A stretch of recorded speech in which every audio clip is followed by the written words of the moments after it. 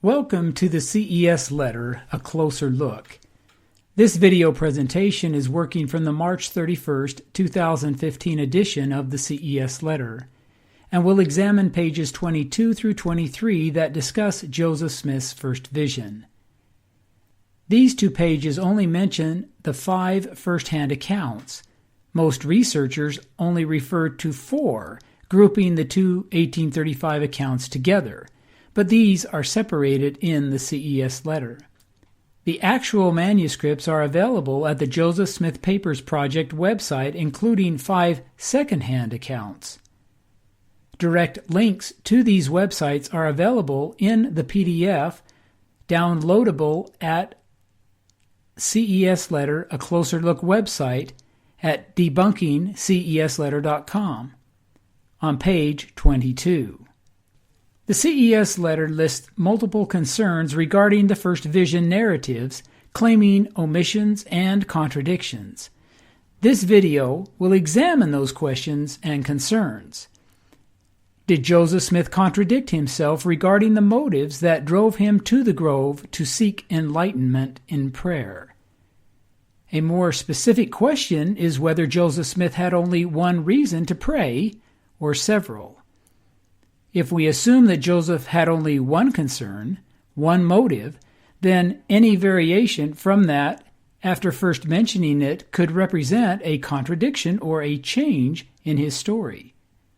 However, if we assume that he had several concerns motivating him rather than just one, then there is no conflict.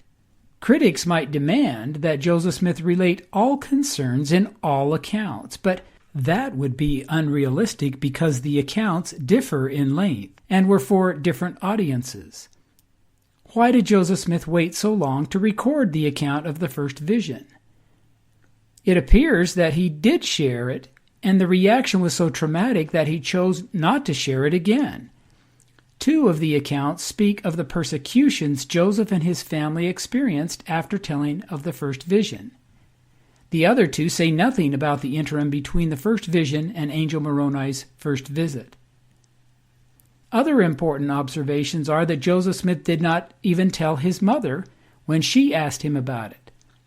As early as 1827, antagonists recall Joseph claiming to have conversed with God, and a June 9, 1830 revelation, now Doctrine and Covenants 20, verse 5, declares that Joseph had previously been forgiven of his sins as described in the earliest published reference of the first vision story. Arguing from silence is generally not a strong position. Another question is whether Joseph Smith contradicted himself regarding the divine beings that he reported. If we look at the 5 first-hand and 5 second-hand accounts, we discover that 2 do not refer to deity, and 1 simply mentions the Lord. But the other 7 use essentially the exact same language, referring to 2 personages. In a curiously worded question statement, the CES Letter writes, "Who appears to him? A spirit? An angel? 2 angels? Jesus? Many angels? The Father and the Son?"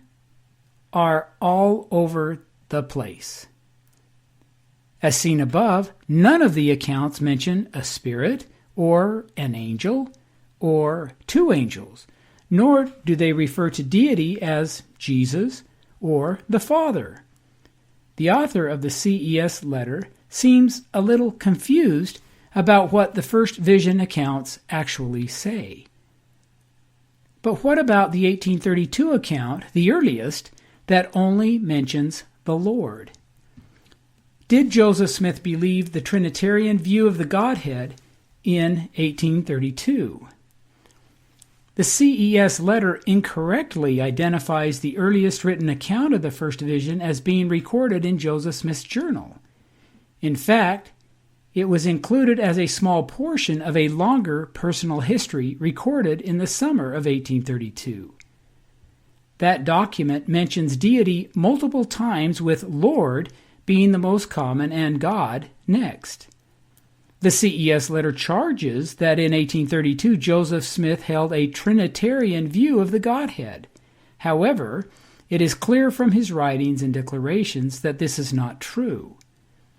The Book of Mormon contains multiple declarations that clearly differentiate Jesus Christ from Heavenly Father. Just months before, in a vision witnessed also by Sidney Rigdon, Joseph saw the plain separateness of the Father and the Son. And now, after the many testimonies which have been given of him, this is the testimony last of all which we give of him, that he lives. For we saw him, even on the right hand of God, and we heard the voice bearing record that he is the only begotten of the Father. It is clear that even though Joseph Smith did not individually distinguish the Godhead in the 1832 account, he did not then believe the Trinitarian view. Did Joseph Smith contradict himself regarding his 1820 beliefs of the truthfulness of other churches? In 1832, Joseph described his experience prior to praying in 1820.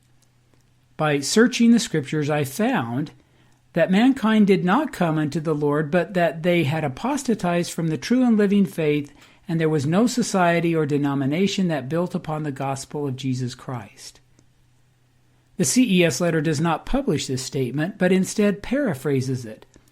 Joseph said that before praying, he knew that there was no true or living faith or denomination upon the earth. This could be a valid interpretation, but Joseph clarified in the 1838 account, it had never entered into his heart that all of the churches were wrong. The CES letter claims a direct contradiction between the 1832 and the 1838 accounts. The point is debatable. Regardless, it is not a particularly important detail. It might even be considered to be tangential to the message of the first vision. A similar complaint deals with Joseph's memory of how old he was. The 1832 account states Joseph was 15 years old when he had the vision in 1821, while the other accounts state he was 14 years in 1820 when he had the vision. Since the 1832 account was never edited for publication, and since all other accounts agree on the year 1820, this would seem to be a small discrepancy of minimal significance. Were there any religious camp meetings in 1820? The CES letter writes, the historical record shows that there was no revival in Palmyra in 1820. There was one in 1817, and there was another in 1824. In fact, none of the first vision accounts refer to religious revivals. Joseph related, there was in the place where we lived an unusual excitement on the subject of religion. It commenced with the Methodists. If we look at the Palmyra Register for June 23 and July 5 of 1820, we discover a plain reference to a camp meeting by the Society of Methodists. This is a very old charge, which was adequately addressed in a 1969 article by Richard Bushman. The CES letter reprints a Mormon infographic that allegedly compares 4 accounts of the first vision. Unfortunately, it ignores the published 1842 narrative for reasons that will become apparent.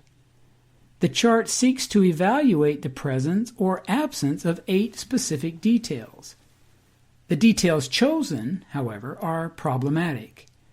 The length of the 4 accounts are very different, so they would not naturally contain the same information. In addition, 4 of the 8, fully half, deal with deity. As viewed above, none of the accounts mention God the Father, Jesus Christ, or an angelic being. Consequently, 3 of the 8 terms are not found in any of the accounts, leaving only 5 to monitor. It seems that a more scholarly evaluation would examine multiple details as found in this list. In contrast, the items in red are the only ones covered by the chart in the CES letter. If we examine the information on the CES letter chart, we identify inaccuracies and misrepresentations. First, if we compare the chart of the text of the 1832 account, we find that Joseph indeed mentioned a pillar of fire, but that detail is X'd, not checked. This same problem is identified in the last section. It records that there was a pillar of light, but that is insufficient to receive a check mark. It is curious that this topic was included at all. The most problematic section of this chart is found in the November 15, 1835 account. Most researchers do not consider it a separate account. Why? Because it contains only 9 words. It is impossible for it to include all of the information the chart requires. It seems that the methodology employed here constitutes clear evidence of the willingness of its creators to deceive. If they had sought objectivity, it appears they would have skipped this and included the 1842 account, as most scholars do. Even a brief review of the information on the first vision chart in the CES letter shows that it is inaccurate, incomplete, and non-scholarly. An additional concern written in the CES letter is whether the LDS Church has tried to hide the alleged differences in the various accounts. The author writes of how he did not know and was unaware and was never taught. As mentioned earlier, a more scholarly evaluation of the various accounts would likely include many more details. In fact, that study was performed and printed in 1970. Who published it? The Church of Jesus Christ of Latter-day Saints in their April 1970 issue of the Improvement Era, the church's primary magazine. It contained an article by historian James B. Allen discussing the different accounts and included this chart. This information had been printed the previous year in BYU Studies, which is, of course, owned by the church. It is impossible to prove the reality of the first vision by examining sources that speak of it. The short laundry list of allegations found in the CES letter are simply inaccurate, insignificant, or arguing from a position of silence. To be honest, there just isn't a lot of substance here.